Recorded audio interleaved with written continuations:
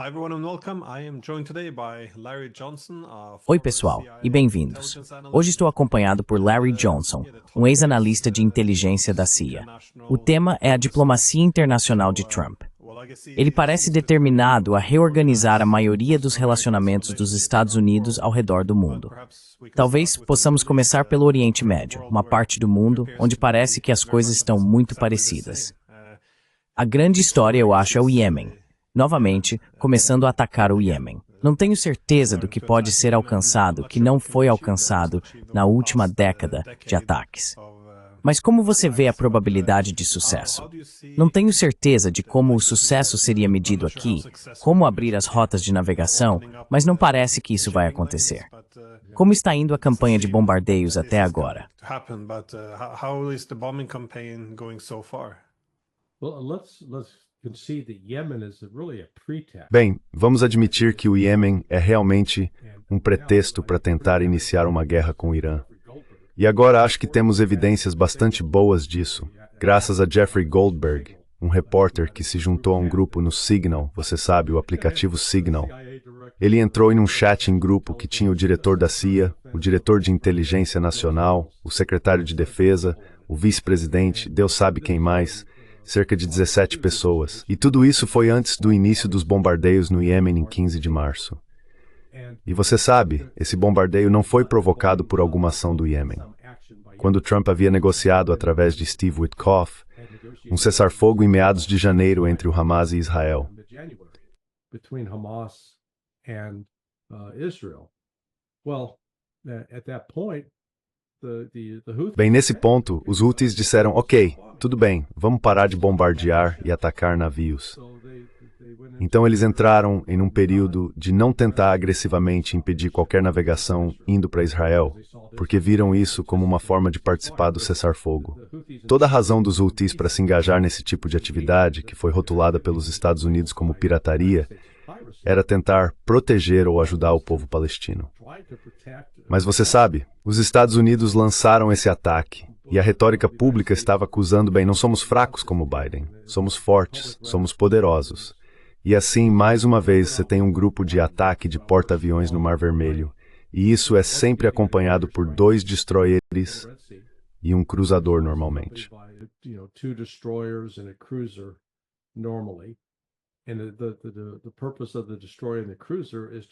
E o propósito do destroyer e do cruzador é proteger o porta-aviões de ser atingido por mísseis inimigos. O que a administração Trump e a administração Biden descobriram é que não podem lançar bombas suficientes no Iêmen para impedir que o Iêmen seja capaz de disparar mísseis e drones em navios e, na verdade, mísseis balísticos em Israel. Isso é o número 1. Número 2. Esses navios usam um sistema de defesa antiaérea chamado Sistema de Lançamento Vertical, um sistema VLS. Existem tubos embutidos no convés do navio e eles disparam um míssil.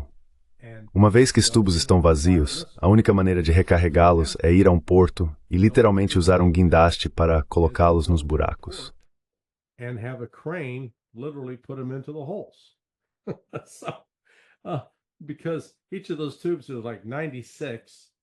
Porque cada um desses tubos contém 96 mísseis, e normalmente se você tem um míssil balístico chegando, você vai disparar pelo menos 2 desses mísseis, porque eles são projetados para realmente atingir, fisicamente atingir o míssil que está chegando e fazê-lo se desintegrar.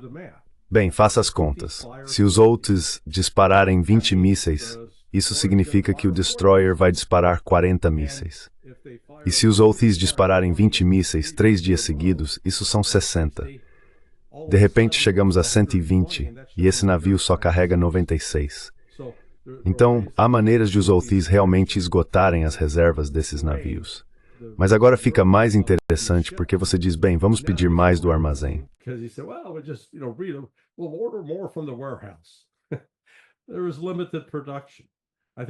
Sim, há uma produção limitada. Acho que o último número que vi foi algo como em 2018, havia apenas 660 desses. Então você sabe, os Estados Unidos, a administração Trump está agindo como você sabe, um garoto de 14 anos, pensando emocionalmente, não pensando racionalmente.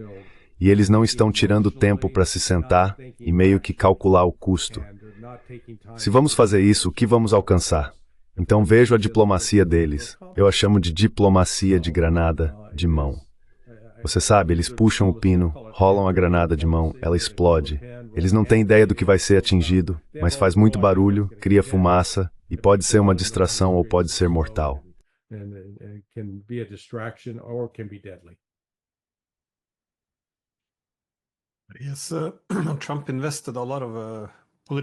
Sim, Trump investiu muito capital político ou credibilidade porque ele efetivamente iria usar sua pressão máxima para forçar o Iêmen a parar de atacar os navios.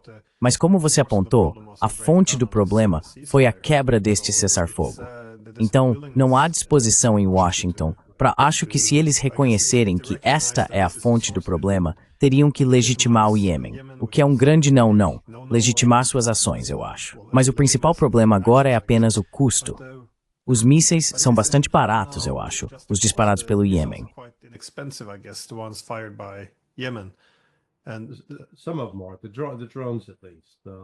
Alguns deles são pelo menos os drones. O Palestine 2, que é o míssil balístico hipersônico deles, é na verdade barato. Não tem preço de Lamborghini, mas não é algo que eles vão usar indiscriminadamente.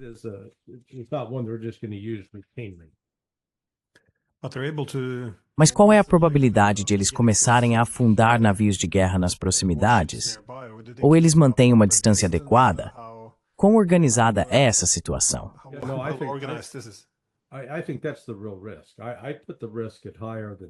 Acho que esse é o verdadeiro risco. Eu coloco o risco em mais de 70% de que os Houthis, no final das contas, vão atingir um desses navios da Marinha dos Estados Unidos e afundá-lo. O grande problema seria atingir o porta-aviões. Mas atacar o Iêmen não é realmente o que a política deles é. Sabe, eles desistiram logo no primeiro fim de semana, quando você tinha Michael Waltz, o conselheiro de segurança nacional, Rubio, o secretário de Estado, Trump, Pete Hegseth. Todos estavam dizendo a mesma coisa, que o Iêmen, sabe, eles estão indo atrás do Irã. Eles responsabilizam o Irã. Eles acreditam que a única maneira dos Houthis terem esses mísseis é por causa do Irã. Sabe, ouvi do Pepe Escobar que isso provavelmente não é verdade. That's probably not true, but, in Washington, truth doesn't matter. Mas você sabe, em Washington a verdade não importa. É tudo sobre narrativa e percepção, e você sabe seguir a história. Então eles entregaram este aviso severo ao Irã. Eu acredito que é altamente provável que antes do final de maio os Estados Unidos ataquem o Irã. Agora, há algumas coisas que poderiam acontecer para evitar isso. E meu bom amigo Ray McGovern tem uma visão diferente sobre isso. Ele não acha que isso vai acontecer. Mas eu levo a sério o que o pessoal do Trump diz sobre isso. Quero dizer, muitas vezes você pode desconsiderar o que o próprio Donald Trump diz. Mas quando você tem toda a burocracia de segurança nacional, os líderes dela dizendo a mesma coisa.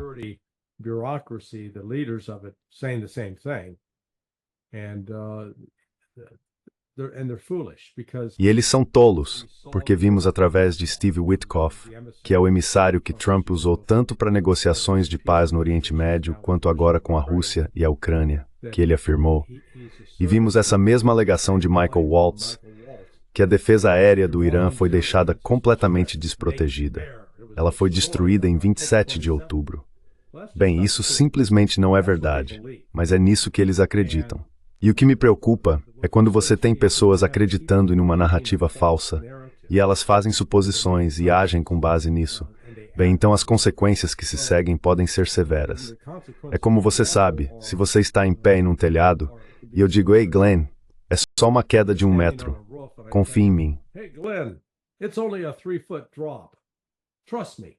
That's the assumption, it's a 3-foot. Essa é a suposição. É uma queda de 1 metro. Bem, eu perdi o zero. Na verdade, era uma queda de 9 metros, certo? Bem, o efeito em você vai ser bem diferente. Se você pular do telhado após uma queda de 9 metros, pode ser que você não esteja mais por aqui. E isso, temo, é mais ou menos o que os Estados Unidos estão se preparando para fazer, que eles acham que o Irã está completamente exposto, completamente desprotegido, que é mais fraco do que o Iraque era quando os Estados Unidos invadiram em 2003, e que, portanto, eles podem simplesmente fazer o que quiserem com o Irã. É uma loucura. Então, sabe, há algumas coisas que acho que eles poderiam desenvolver que impediriam isso de acontecer. Mas parece essa a trajetória em que estão agora. But that seems to be the trajectory they're on now. Sim, para mim a força de Trump era sua capacidade de ignorar muitas dessas narrativas e essencialmente estabelecer um consenso em torno de realidades falsas. Mas essa ideia de que é só força máxima e ameaças para conseguir o que se quer, eu não vejo isso funcionando com o Irã.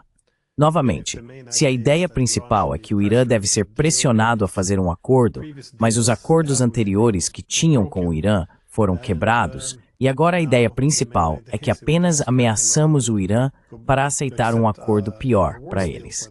E de alguma forma, os iranianos vão concordar com isso.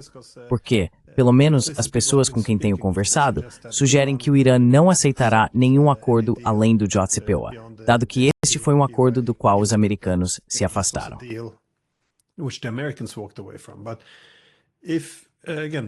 Mas se novamente, se Trump diz que gostaria de negociar um acordo, mas se não conseguir através da diplomacia, ele está preparado para usar a força militar.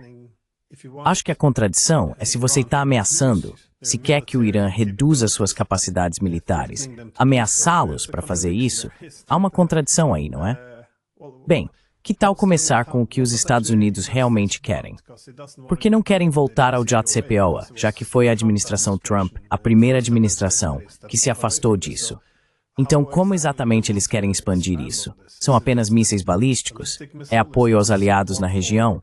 O que é que Trump quer dos iranianos?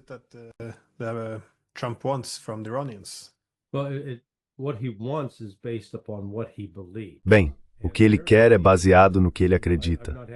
E aparentemente, você sabe, eu não tive acesso a relatórios de inteligência dos Estados Unidos e coisas classificadas, mas todos estão convencidos de que o Irã está no processo de construir uma arma nuclear e que, portanto, eles vão impedir isso. Agora, como você apontou corretamente, a ironia aqui é que Trump está agora propondo fazer um acordo com o Irã, que seria essencialmente o JCPOA2, só que não incluiria a Rússia e a China. Então você sabe, mas ele é quem desfez o acordo e se afastou dele em primeiro lugar. O que você sabe, se a questão é se o Irã está trabalhando em uma arma nuclear, essa questão teria sido facilmente respondida através do JCPOA. Mas a outra coisa que a administração está ignorando, e eu acredito que na verdade a comunidade de inteligência meio que ignora isso, é a fátua do Ayatollah Khomeini, de acho que 2003, onde basicamente dizia que é um pecado contra Allah construir uma arma nuclear.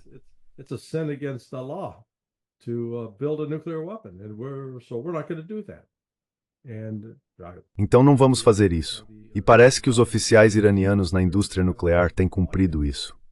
Assim, a arte da negociação de Trump para fazer essas ameaças e depois tentar te conquistar, sabe, pode ser boa no setor imobiliário, mas não é produtiva no campo da política externa. E isso faz com que ele pareça, e talvez seja, instável e irracional. Portanto, seu desejo de controlar o Irã nesse contexto está ignorando alguns fatos críticos. Fato número 1. O Irã tem tido uma relação militar cooperativa com a Rússia e a China que remonta a 2019. A partir de 2019, Rússia, China e Irã estavam realizando exercícios navais militares anuais no Estreito de Hormuz e ao redor da costa sul do Irã.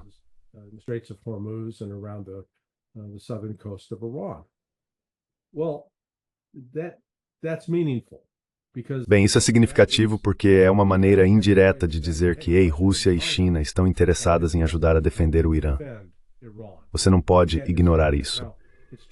Agora, é verdade que o Irã tem alguns problemas econômicos significativos. É verdade que existem grupos de oposição no Irã. Mas neste momento, os iranianos não são a Síria, e essa é a outra suposição que está guiando Trump. Eles acreditam, com base no sucesso que tiveram na Síria, ao se livrar de Bashar al-Assad, que tudo o que precisam fazer é a mesma coisa novamente. E isso vai acontecer no Irã. Acho que essa é uma suposição perigosa. That's a dangerous assumption. Sim, bem, você está bastante correto, no entanto. Essa ideia de que você pode transferir a negociação de negócios para a política é muito falha. Em primeiro lugar, o ponto de partida muitas vezes na segurança internacional seria o dilema de segurança. Ou seja, mesmo que o Irã tenha declarado que não quer adquirir uma arma nuclear, a melhor maneira de convencê-lo do contrário seria ameaçar atacar o Irã. E novamente, a partir dos anos 2000, uma das principais lições erradas que foram enviadas ao mundo foi que países que desistiram de seu programa de armas nucleares, seja a Líbia ou o Iraque, foram destruídos.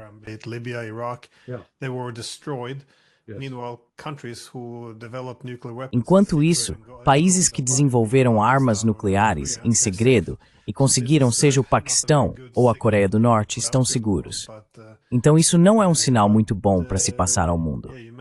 Mas sim, você mencionou a fatwa, foi há 20 anos?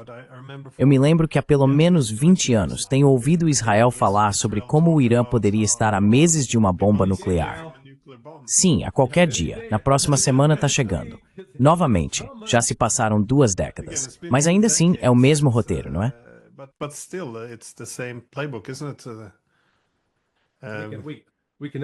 Podemos atualizar a velha história do menino que gritava lobo, o Netanyahu que gritava bomba.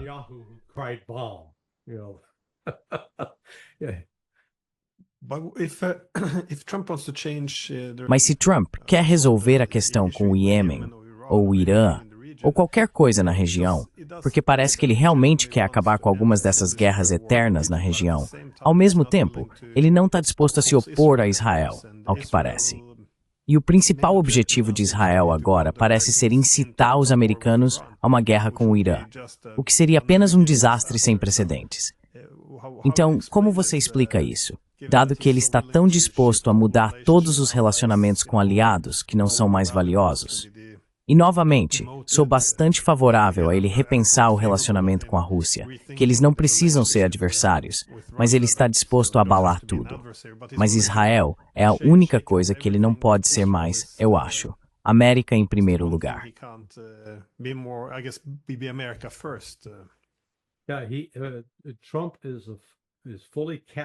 Sim, Trump está completamente capturado pelos sionistas. Essa é a maneira mais simples que posso colocar.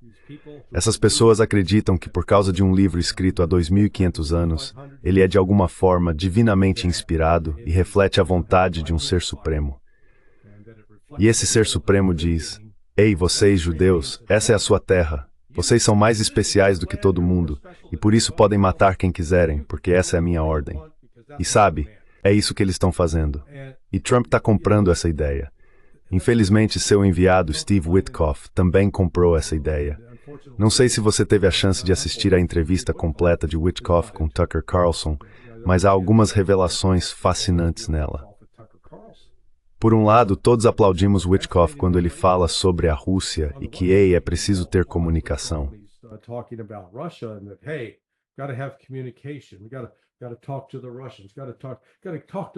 Precisamos falar com os russos, precisamos falar com os dois lados, precisamos reuni-los. Sim, isso mesmo.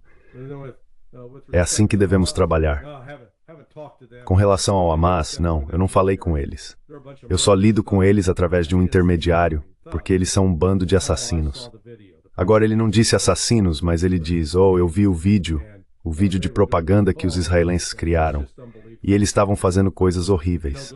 É simplesmente inacreditável." Sabe, Glenn? Então eu ouço tudo isso. Então eu procurei os números reais em termos de... Eu fiz a pergunta: quantos israelenses os palestinos mataram através de atos terroristas desde agosto de 2000? E o número é, incluindo o número de 7 de outubro, 2.755 israelenses ao longo de um período de 20, agora quase 25 anos. Agora, não estou tentando dizer que a morte de 2.755 pessoas é insignificante, mas essa é a realidade empírica. Now, I'm not trying to say that the death of 2,755 people is meaningless, but that's the empirical reality. So don't tell me that Hamas is some terrible... Então não me diga que o Hamas é uma organização terrorista terrível que está por aí assassinando a direita e a esquerda, porque os fatos não sustentam isso. E ainda assim, aqui está Israel. Eles agora, de acordo com os dados, mataram mais de 60 mil civis palestinos, incluindo cerca de 17 mil crianças estimadas. Quem é o terrorista? E ainda assim, é com quem Trump está se aliando e tomando esse lado. E é realmente preocupante para mim que isso seja permitido continuar, que o mundo apenas sente e assista. E voltamos ao ponto de onde começamos. Os únicos que estão lutando em nome dos palestinos são os Houthis. Quero dizer, quando a história disso for escrita, em alguns aspectos, será tão condenatória quanto que foi escrito sobre o fato de que o mundo ficou em silêncio enquanto o Holocausto acontecia.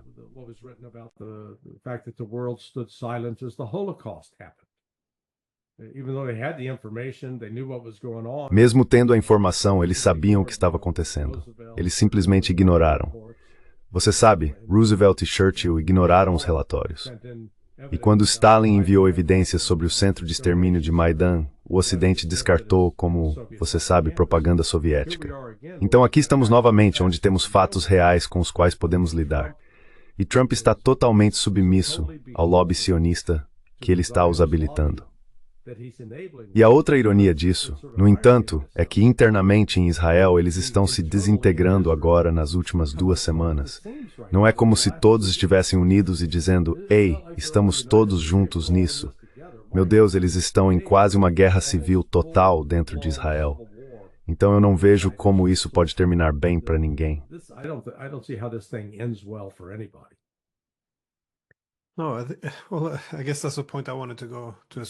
Não, acho que esse é um ponto que eu queria abordar também, porque não é como se escolhêssemos esse campo contra aquele campo. Acho que no final, todos vão perder. Porque até mesmo Israel, ou especialmente Israel, está seguindo um caminho muito perigoso. A sociedade internamente está se tornando muito dividida. Economicamente está indo mal. Acho que mais radicais ganharam poder demais lá. Vemos amigos ou aliados tradicionais de Israel se distanciando cada vez mais. Muitos de seus opositores estão ficando cada vez mais irritados. Sei que muitos líderes na região estão relutantes em tomar grandes decisões, mas sua população está ficando bastante... Isso também pode ser um desastre para Israel.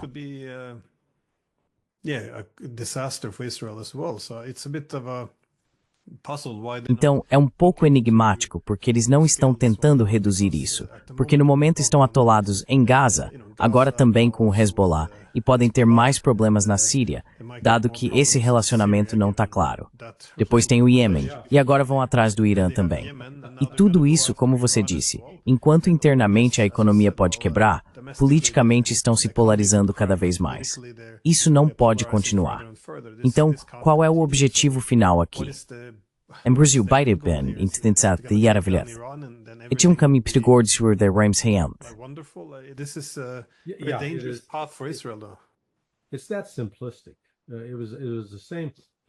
É tão simplista assim.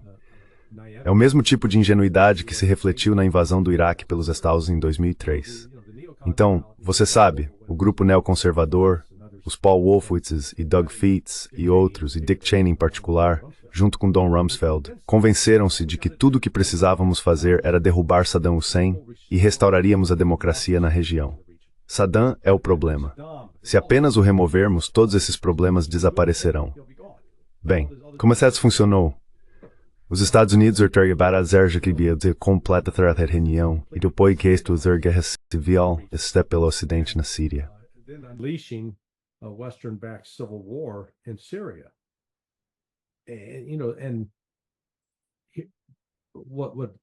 E o que é tão perturbador é que seja George W. Bush tomando a decisão, ou Barack Obama, ou Donald Trump, ou Joe Biden, eles estão tomando decisões que resultam na morte de centenas de milhares, se não milhões, de pessoas nesta região. Quando você começa a somar os corpos, as pessoas que morreram na Síria, no Iraque, no Afeganistão, na Líbia, não há responsabilidade por isso. E é como se nem sequer fingíssemos que são seres humanos reais dignos de ter qualquer tipo de proteção. Eles são apenas, você sabe, peões no caminho que precisam ser eliminados. Então é esse mesmo pensamento simplista de que tudo que temos que fazer, cara, tudo que temos que fazer é nos livrar do Irã.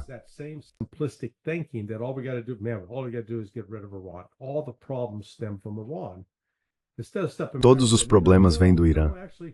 Em vez de recuar e dizer, sabe, não, na verdade os problemas vêm de um grupo de europeus de uma persuasão religiosa particular que apareceu em uma área e afirmou que era deles. E no processo tentou forçar as pessoas que realmente viviam lá, cuja herança familiar remonta, sabe, a centenas de anos, e está tirando a terra deles. Sabe, esse é o verdadeiro problema. O problema no Irã é que, esses iranianos tomaram nossa embaixada nos Estados Unidos em, 1979, completamente sem provocação. Não, nós derrubamos o governo e ajudamos a instalar um chá que estava ativo em realizar atos muito brutais contra seu próprio povo.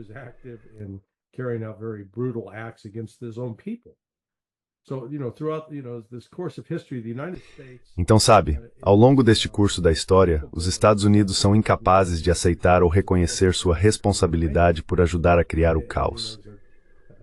E sabe, não é que eu odeie meu país, mas eu tenho a capacidade de dar um passo atrás e olhar objetivamente para ele e dizer, o que estamos fazendo?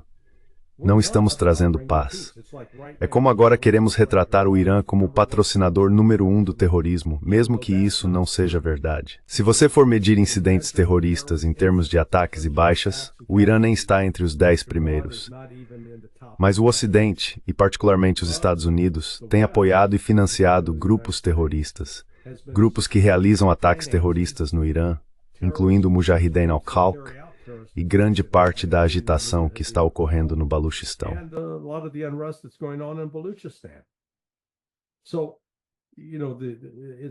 Então você sabe, é aquela forma em que o que acusamos os iranianos de fazer é na verdade o que estamos fazendo.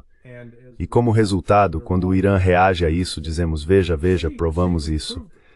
Sabe, se eu chegasse até você e continuasse te cutucando no peito, dizendo, ei, você sabe, você é uma ameaça para o país, e então depois, sabe, na quarta ou quinta vez que eu te cutucasse no peito, você finalmente me desse um soco, como teria legitimamente o direito de fazer porque eu já havia cometido agressão contra você, então diríamos, veja, Glenn é um homem violento. Bem, você sabe, os provocadores, sabe, os Estados Unidos, acho que o que estou dizendo é que o provocador nisso precisa recuar.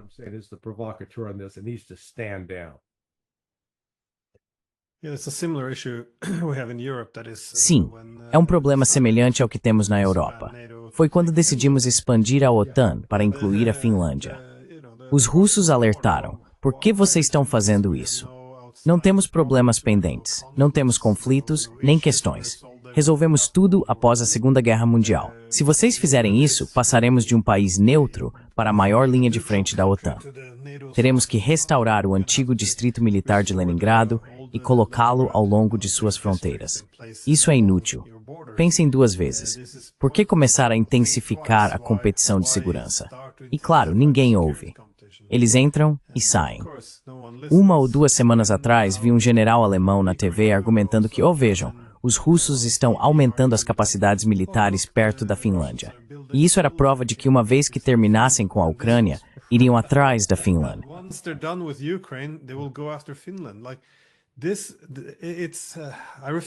Recuso-me a acreditar que um general, acho que muitas vezes é estupidez, outras vezes é beligerância, mas neste caso, recuso-me a acreditar que um general não estava ciente de que eles responderiam dessa forma. Então, há muita enganação acontecendo também. Mas claro, não quero descartar o fato de que às vezes acreditamos na nossa própria propaganda. Como você mencionou com o Iraque em 2003, a ideia de que os invasores seriam recebidos com flores como libertadores. É assim que em toda guerra é vendida como liberdade, que é liberdade. É uma luta entre liberdade e autoritários. E por essa razão, as pessoas vão nos celebrar por invadi-los. É a mesma narrativa toda vez. É apenas um pouco surpreendente quando realmente compramos a mesma narrativa. E como você disse com o Irã, há muitos interesses frios e duros por trás disso.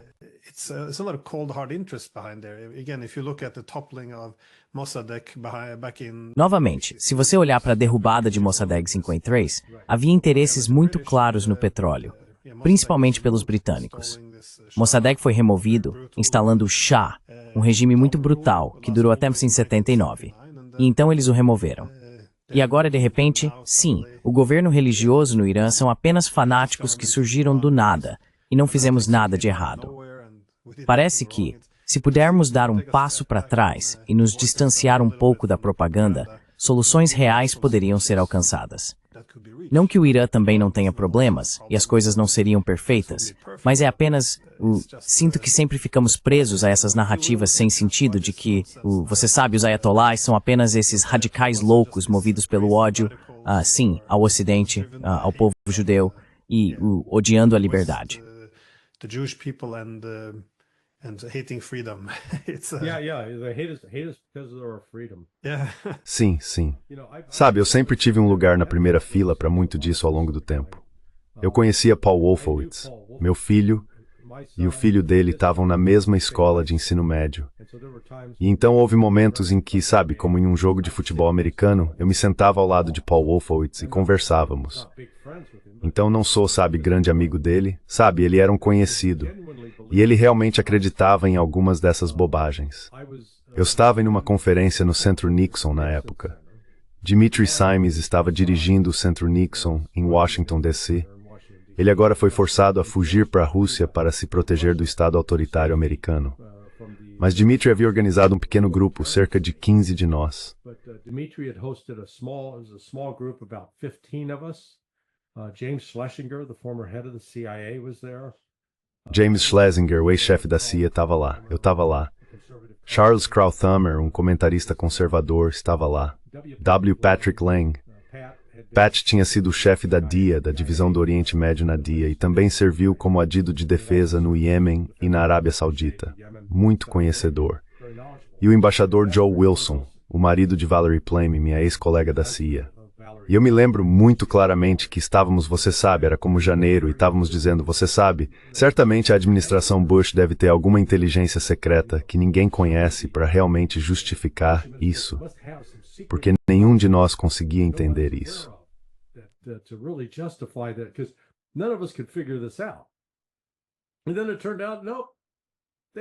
Então descobriu-se que não, eles inventaram, eles mentiram. E assim, mesmo com um grupo de pessoas inteligentes como aquele por perto, ainda estávamos dispostos a meio que dar a eles o benefício da dúvida. Essa foi uma das maiores lições que aprendi. É por isso que não dou a eles nenhuma dúvida, de forma alguma. Sabe, eu questiono tudo agora porque vi como é manipulado e o que Trump está fazendo agora em relação ao Irã, em relação ao Iêmen, em relação ao que está acontecendo em Wales. O que o público está sendo informado não é de... Not, what the public's being told is not the truth. Yeah. Well, continuing on the topic of international diplomacy. Bem, continuando no tópico da diplomacia internacional, como você vê, em contraste à abordagem que estão adotando em relação à Rússia e à Ucrânia? Porque nesse assunto, estou bastante satisfeito em ver Trump no comando, pois, sob Biden, vi apenas uma escalada contínua, especialmente no final de 2024, onde pensei que uma guerra direta poderia ser bastante possível com esses mísseis sendo disparados e o envolvimento direto de países da OTAN disparando mísseis na Rússia. Achei que estávamos chegando ao fim muito rapidamente, mas ele parece ter mudado isso. Mas como você vê a probabilidade de conseguir um acordo e quais são os principais obstáculos? É possível conseguir o apoio dos ucranianos ou europeus, ou isso é necessário? Desculpe, havia muitas perguntas embutidas nisso.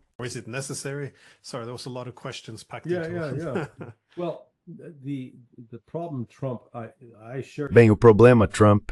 Compartilho sua abordagem em relação a Trump no que diz respeito à Rússia.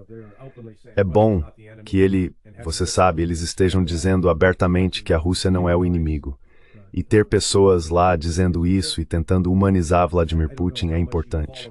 Não sei o quanto você acompanha a mídia dos Estados Unidos, mas o que é tão perigoso neste país é que, e isso já acontece há pelo menos 3 anos, não há ninguém permitido, nenhum especialista, nenhuma pessoa permitida em nenhuma das redes de TV, a cabo ou mainstream, como ABC, NBC, CBS, nem nos jornais, que tenha permissão para argumentar que a Rússia realmente tem uma razão para o que está fazendo e para apresentar o caso de por que a Rússia vê isso como uma ameaça existencial.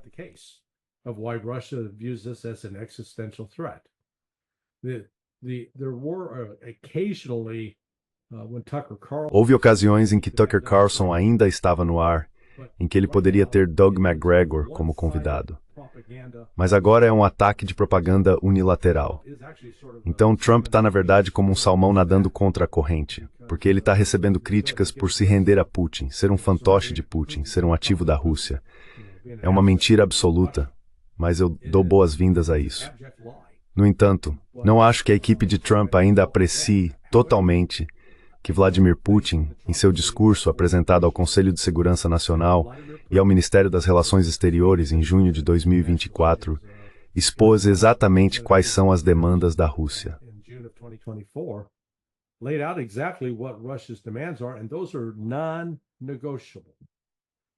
E esses são inegociáveis, que a Ucrânia tem que se retirar dos novos oblas federais da Rússia, que tem que haver um governo legítimo na Ucrânia, o que significa novas eleições, e que a OTAN e os Estados Unidos têm que suspender o apoio. Ele não está recuando nisso. E eu perguntei isso especificamente a Sergei Lavrov, 3 semanas atrás de ontem, quando eu estava em Moscou junto com o juiz Napolitano e Marion Defoe. E eu perguntei, ao ministro das Relações Exteriores Lavrov, há algum tipo de divergência entre você e Vladimir Putin sobre isso? Absolutamente não. Vladimir Putin on this. Absolutely not. And if you listen to the foreign ministry, whether it's E se você ouvir o Ministério das Relações Exteriores, seja Lavrov ou Ryabkov, Peskov é o porta-voz de Putin, Zakharova, a porta-voz do Ministério das Relações Exteriores, eles não se desviaram dessa ideia. Os Estados Unidos acham que eles estão brincando. Podemos convencê-los a recuar. Eles não vão recuar disso. E de fato, nas últimas 2 semanas, o que Putin está fazendo, ele é o diplomata consumado ao lidar com Trump. E espero que as negociações continuem.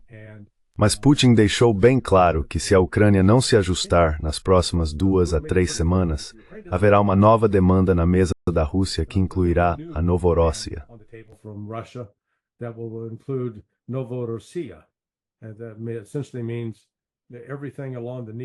E isso essencialmente significa que tudo ao longo do rio Dnieper, incluindo na margem oeste do rio Dnieper, até e incluindo Odessa e toda a costa do Mar Negro, será a nova linha na areia da Rússia.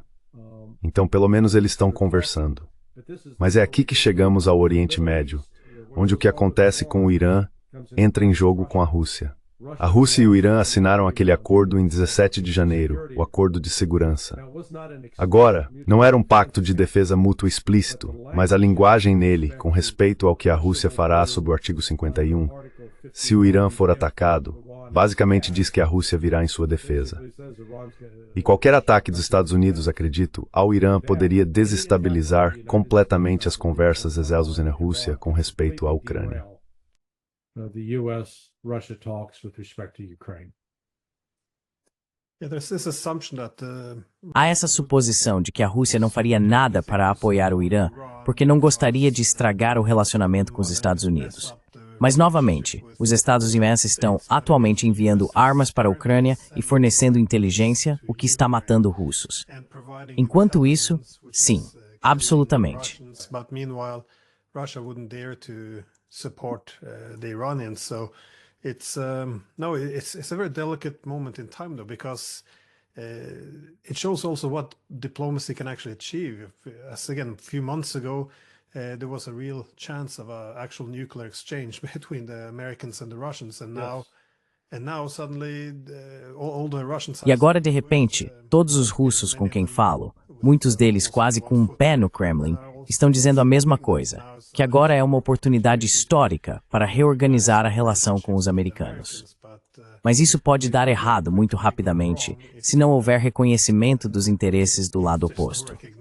E eu acho que um erro crucial que está sendo cometido, e isso não é apenas pelos Estados Unidos, acho que é pelos europeus também, é a suposição de que os russos estariam dispostos a essencialmente apunhalar os iranianos pelas costas se pudessem conseguir um bom acordo com o Ocidente. Sim. Mas isso é em parte culpa dos russos também, porque por muitos anos, quando seu grande objetivo era o que eles chamavam de Grande Europa, ou seja, priorizar a integração com o Ocidente, eles frequentemente tratavam seus parceiros no Oriente, seja o Irã ou a China, quase como uma moeda de troca para conseguir um bom acordo com o Ocidente. Mas isso mudou fundamentalmente, pelo menos desde 2014, quando perceberam que nunca haveria uma grande Europa e começaram a abraçar o que agora chamam de Grande Eurásia. Nesse novo conceito, eles não vão trocar os iranianos ou os chineses por um acordo com os países que estão tentando destruí-los agora. Então, simplesmente não vejo chance de conseguir que os russos assinem um acordo onde apunhalariam os iranianos pelas costas e essencialmente os trairiam por um acordo melhor. Isso não significa, desculpe.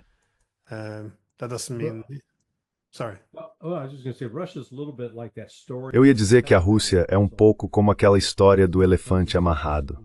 Então você sabe, alguém vem e vê esse enorme elefante e há apenas uma corda fina amarrada em sua pata, e mesmo assim ele não se move. Ele pensa que está preso. Bem, o que aconteceu foi que desde o momento em que nasceu, eles imediatamente colocaram correntes pesadas no elefante. E à medida que o elefante crescia, continuavam com aquela corrente até que em um ponto prenderam uma corda. O elefante foi condicionado a acreditar que qualquer coisa presa à sua perna significava que estava amarrado, que estava capturado, não podia se mover. Isso é mais ou menos o que a Rússia era até, eu diria, o início da operação militar especial. I'd say the start of the special military operation. And you're correct that after 2014 they started going. E você está certo que depois de 2014 eles começaram a enlouquecer. Ei, o Ocidente é tipo, sabe, não podemos confiar neles. Mas você não teve a ruptura completa onde o elefante se senta, puxa e quebra a corda e diz, sabe de uma coisa? Não estou mais cativo disso. Isso é o que eu vi acontecer na Rússia nos últimos 3 anos. Eles perceberam que não vão mais ser reféns do Ocidente. Em todos os sentidos da palavra, eles vão traçar uma ordem econômica independente que nos leva ao BRICS. Eles estão forjando esse novo relacionamento com a China de uma forma que não existia na história anteriormente.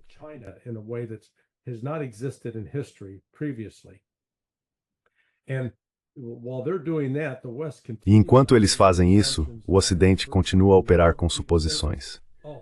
Eu ouvi várias pessoas dizerem isso. Não há como a Rússia realmente permanecer em parceria com a China. Vamos apenas separá-los, então a Rússia estará conosco e podemos atacar a China. Eu realmente acredito nisso, Glenn. Quero dizer, não posso enfatizar o suficiente que pessoas que estão em posições de formulação de políticas no governo dos Estados Unidos acreditam nesse absurdo. Por isso acho que estamos num novo tipo de Rússia hoje. A Rússia meio que disse, eu não preciso dessas pessoas e posso realmente ser independente. Acho que é isso que vimos acontecer nos últimos 3 anos.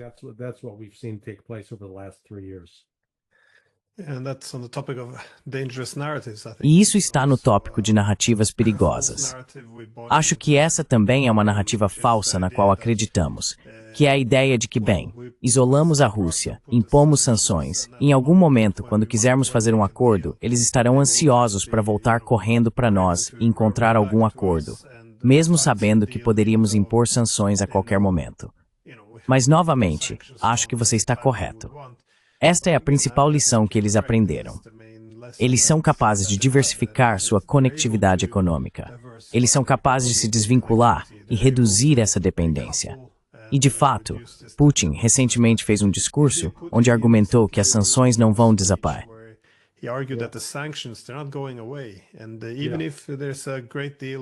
E mesmo que haja um grande acordo com os Estados Unidos, todas as sanções sejam removidas, o que não acontecerá. Elas poderiam simplesmente ser reinstauradas imediatamente. E acho que você se referiu à emenda Jackson-Vanik. Isso é de 1974, a propósito. Foi imposta à União Soviética porque eles colocaram restrições aos judeus que queriam sair da União Soviética. Algo nesse sentido. Eles foram educados na União Soviética, então tinham que pagar algum dinheiro de volta se quisessem sair. Novamente, nada que eu teria apoiado.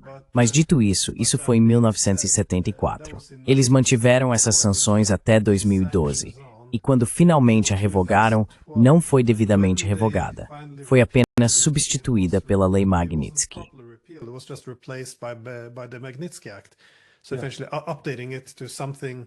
Então, eventualmente atualizá-lo para algo novo, você sabe, relacionado, dado que se passaram 40 anos. Mas é um pouco chocante. Então, da perspectiva deles, as sanções não vão desaparecer. A razão pela qual o Jackson Vanik permaneceu por tanto tempo foi porque é uma forma de controlar a Rússia. Então, Putin, na verdade, nesse discurso, tranquilizou as empresas locais que preencheram as lacunas quando o Ocidente se retirou, e também seus parceiros do BRICS, de que eles não seriam sacrificados em qualquer novo acordo com o Ocidente. Qualquer nova cooperação com o Ocidente teria que ser mais ou menos nos termos da Rússia, que eles têm que proteger suas próprias indústrias e também seus parceiros valiosos que não os traíram.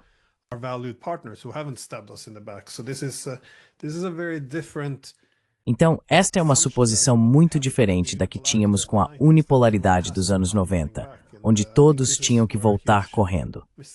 Acho que é aqui que um grande erro pode ser cometido com os russos, pois superestimamos o quanto de influência temos nessas negociações. Mas apenas como uma pergunta final, você vê Trump se tornando bem-sucedido nesse empreendimento? Ele está preparado em algum momento para ceder às exigências russas, dado que os russos não vão mostrar muita flexibilidade, ou de fato percebem que não têm flexibilidade, já que isso é considerado uma ameaça existencial para eles?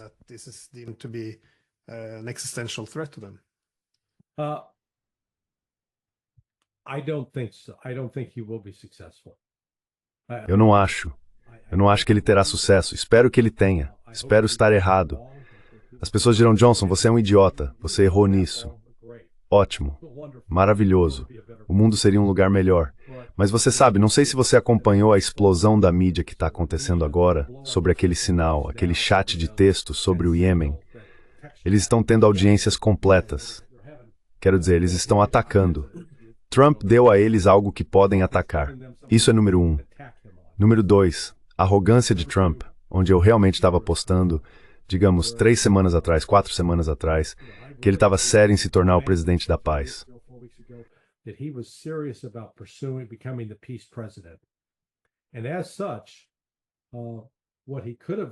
E como tal, o que ele poderia ter feito com Israel era obrigar Israel a entrar em negociações genuínas com o Hamas.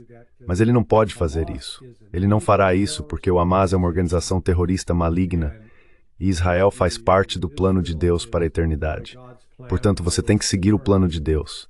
Então, quando você segue por esse caminho, nada de bom vai resultar disso. Isso, eu acredito, vai levar a um confronto inevitável com a Rússia e com a China. E assim, meio que no pano de fundo de tudo isso está essa animosidade em relação à China, porque há pessoas na administração Trump, como Elbridge Colby, neto de William Colby, o ex-chefe da CIA, que querem fazer uma mudança de foco da Ucrânia para ir atrás da China.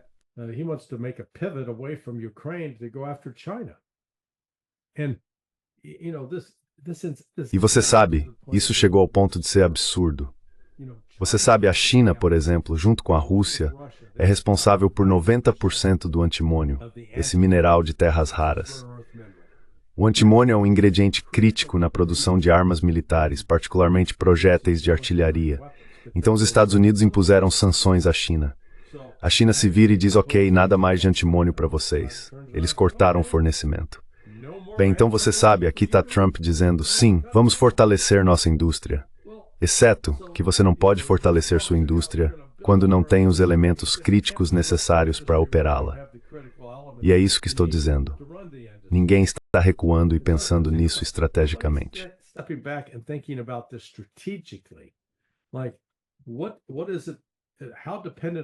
Tipo, o que é isso? Quão dependentes somos da China? E então talvez tenhamos algumas outras alternativas em vez de ameaçar com guerra e violência. Sabe, em vez de bombardear o Iêmen, o que Trump poderia ter feito era ir a Israel e dizer, ei, você vai implementar essa segunda fase do cessar-fogo, ou vou retirar todo o apoio a você. Não vamos continuar a permitir que você massacre homens, mulheres e crianças. Se Trump tivesse feito isso, sim, criado alguma agitação dentro da comunidade judaica, mas teria parado a matança e teria colocado eles no caminho para a paz. Mas em vez de escolher a paz, ele escolheu a morte. E temo que isso será sua ruína.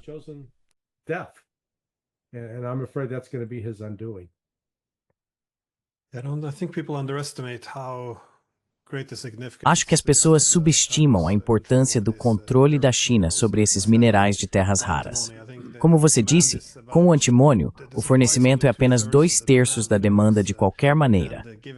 Dado isso, faz sentido para a China impor restrições à exportação, especialmente quando estão procurando atingir os chineses. Lembro-me de Keith Kellogg, que se tornou um enviado de Trump há cerca de dois anos e meio. Ele estava em um painel onde disse: este é o auge do profissionalismo. Estamos usando os ucranianos para derrubar os russos, para que possamos nos concentrar depois em derrubar os chineses. Eu até coloquei o vídeo desse painel no Twitter. I even put the video of this panel on Twitter, and then he wrote me back on Twitter going, E então ele me respondeu no Twitter dizendo: isso é coisa de Sun Tzu, sabe?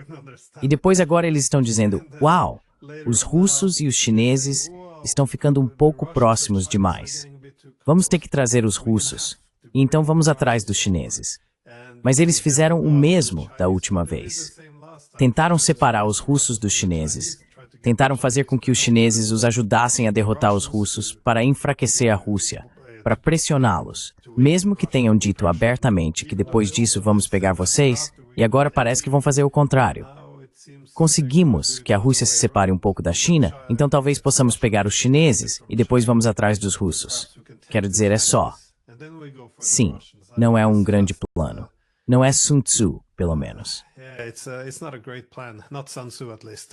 So yeah, it's Machiavellian is probably Bem, sim, é maquiavélico, provavelmente uma descrição mais adequada. Mas você sabe, o verdadeiro motivo não é de paz. Vamos ver como podemos, você sabe, a Rússia e a China têm seus próprios problemas internos politicamente. Não estou fingindo que eles são utópicos, mas os Estados Unidos não parecem comprometidos em realmente permitir que exista um mundo onde a guerra não esteja no centro. Nossa economia é tão dependente dessas corporações militares, as Raytheons, as Lockheed Martins, as General Dynamics.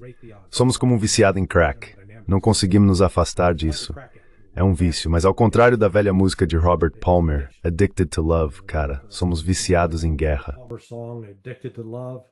Man, we're addicted to war. Larry Johnson, muito obrigado pelo seu tempo. Eu agradeço. Appreciate it. Glenn Giesing, obrigado. You.